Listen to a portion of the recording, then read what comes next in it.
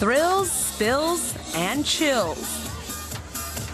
Monster is the name of the newest attraction this year. It's a 47-meter plunge into terror.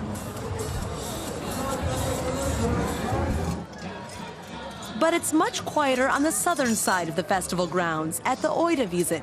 Hans Martin Kalb has been at the Oktoberfest with his family carousel since 1969. This year, he's on the Wiesn for the first time. The whole atmosphere is different here. We have a different kind of visitor. Take a look over there. It's madness. It's not like that here.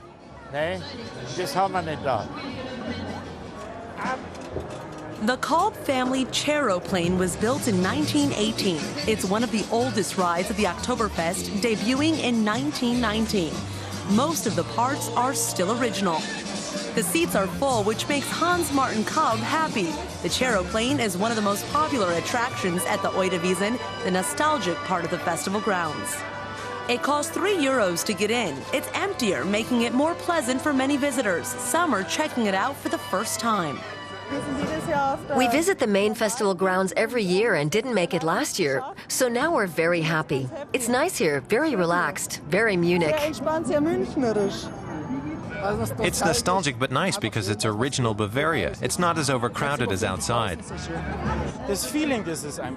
The feeling that it gives you. How should I put it? It's not so hectic. And in a way, it allows you to imagine what the festival was like 100 years ago. 22 fairground rides and 2 tents illustrate how the Oktoberfest has evolved over the decades. The Calypso arrived in the 1950s, twirling round visitors in the early days of rock and roll.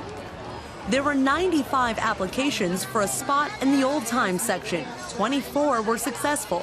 The historical traveling cake shop is here for the first time. 12 years ago, Pascal Raviol from Cologne acquired and restored the antique stand. To make the nostalgic area authentic, I think there have to be museum pieces, items that have lived and have tradition, that are not made of plastic. Places where generations of people have already bought gingerbread hearts. Pascal Raviol has come prepared. He has 2 trays of gingerbread hearts with 50 different messages. Beer served in historical clay jugs is only available on the Wiesn for just under €9. It's lovely, especially the stone, the pottery muss. They're really good for keeping your beer cold. It's just like sitting in a beer garden in Munich, not like being at Oktoberfest. Somehow it's nicer and cozier. The main festival ground remains that, and if you want it a bit quieter, then you come here. Whether outside or in the traditional beer tent, there's always space available here. The enthusiasm among the locals is palpable. A trend has emerged which harks back to the folk fare of bygone times, a trend towards nostalgia. Not everyone who goes to the festival wants to experience a disco and hullabaloo in the beer tents. I've been fighting for that for years, and here is where it's cozy. Gabriele Wieshäupel doesn't know if the Wiesn will become an annual fixture. Many in Munich, though, are now demanding both Bavarian coziness and a party mood at one of the biggest and merriest festivals in the world.